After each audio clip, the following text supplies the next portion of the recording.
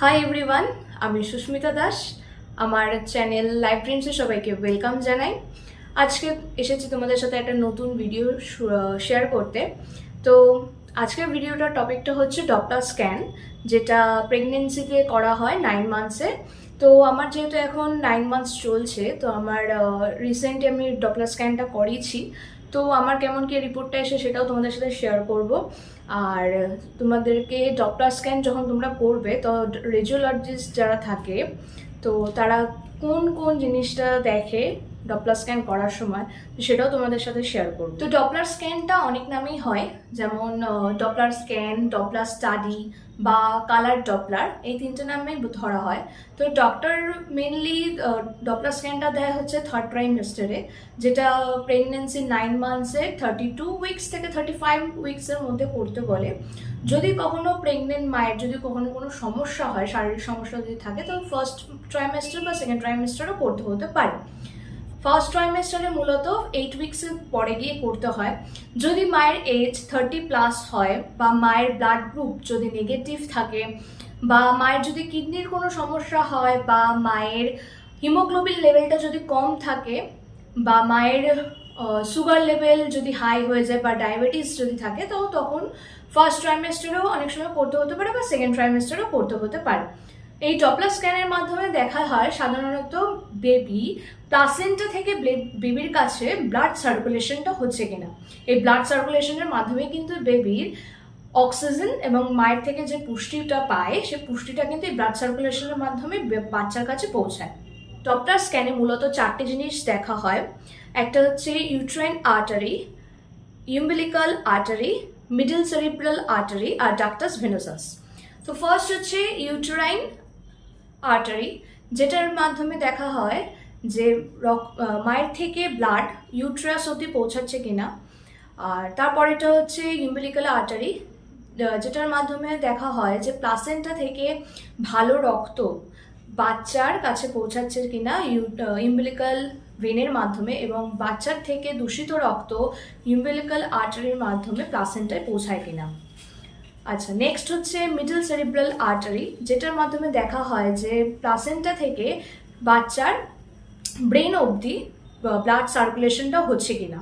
আর ductus ভেনোসাসের মাধ্যমে ductus ভেনোসাসে দেখা হয় যে বাচ্চার সারা শরীরে ব্লাড সার্কুলেশনটা সঠিকভাবে হয় কিনা। তো এই 4টে জিনিস দেখার পর দেখা হয় যে মিডল সেরিব্রাল আর্টারি এবং ইউম্বিলিকাল আর্টারির রেশিওটা যদি 1-এর বেশি হয়, তাহলে বাচ্চার মধ্যে প্লাসেন্টা থেকে যে বাচ্চার মধ্যে যে ব্লাড সার্কুলেশনটা হচ্ছে, বা বাচ্চার যে ব্লাড ফ্লোটা বডির মধ্যে, সেটা ঠিকঠাক আছে।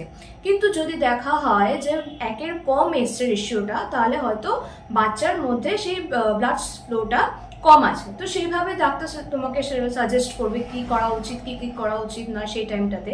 তো এই ডপলার স্টাডিতে আরও জিনিস দেখা হয়, কারণ যেহেতু সময়টা একদমই শেষের দিকে হয়ে যায় 9 মান্থসে, বাচ্চার পজিশনটা, তো বাচ্চার পজিশন কেমন কি থাকে না থাকে, সেটার মাধ্যমেও অনেক সময় নির্ধারণ করা হয় যে নর্মাল ডেলিভারি হবে কি হবে না, বা সেটা নর্মাল ডেলিভারি করা যেতে পারে, বা ইন ফিউচারে হবে কি, চেষ্টা করলে যদি নর্মাল ডেলিভারি করানো সম্ভব হয় কিনা, তো সেটা দেখা।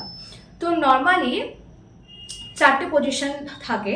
একটা হচ্ছে ব্রিজ পজিশন, একটা হচ্ছে সেফালিক পজিশন, একটা হচ্ছে ট্রান্সভার্স পজিশন, আর একটা হচ্ছে অবলিক পজিশন। ব্রিজ পজিশনটা হচ্ছে বাচ্চার মাথাটা উপরের দিকে থাকে এবং পা দুটো নিচের দিকে থাকে, যেটাতে নর্মাল ডেলিভারি করতে গেলে সমস্যা হয়, কারণ মাথা যদি নিচের দিকে হয় তাহলে সব থেকে বেটার হয়।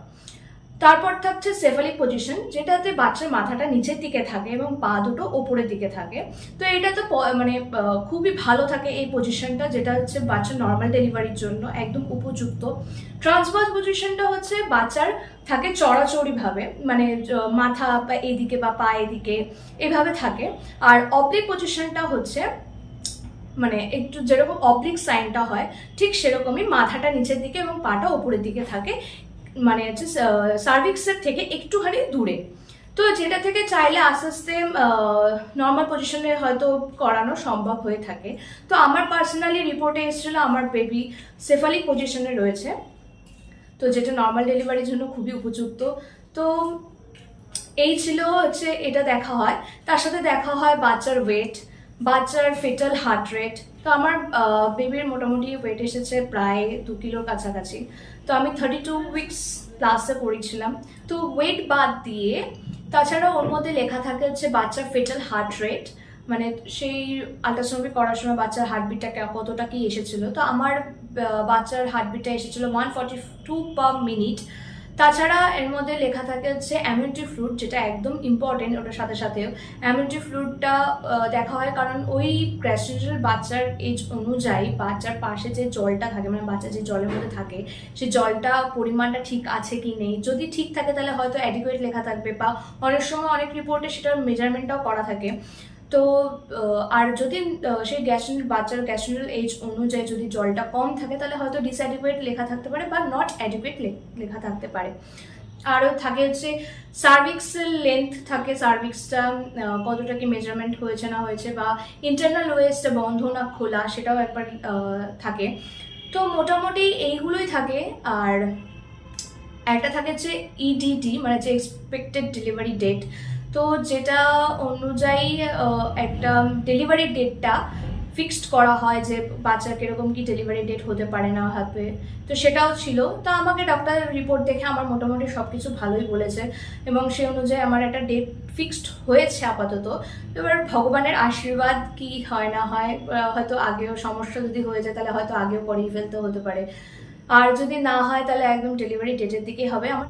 তো আমার এই ডপলার স্ক্যান বা ডপলার স্টাডি বা কালার ডপলার, যেটা ডক্টর যেরকম প্রেসক্রিপশনে লিখুক, তো আমার এই বিষয়টাতে যেটুকুনি নলেজ ছিল সেটাই তোমাদের সাথে শেয়ার করলাম। আর তার সাথে বললামও যে আমার কেমন কি রিপোর্ট এসেছে না এসেছে। তো যদি ভিডিওটা ভালো লেগে থাকে তো অবশ্যই লাইক করো, আর যদি চ্যানেলে যদি কেউ নতুন হয়ে এসে থাকো তাহলে অবশ্যই চ্যানেলটাকে সাবস্ক্রাইব করো যদি ভালো লেগে থাকে। আর ভিডিওটা দেখার জন্য অবশ্যই থ্যাংক ইউ। তো দেখা হবে তোমাদের সাথে আবার নেক্সট ভিডিওতে। টাটা।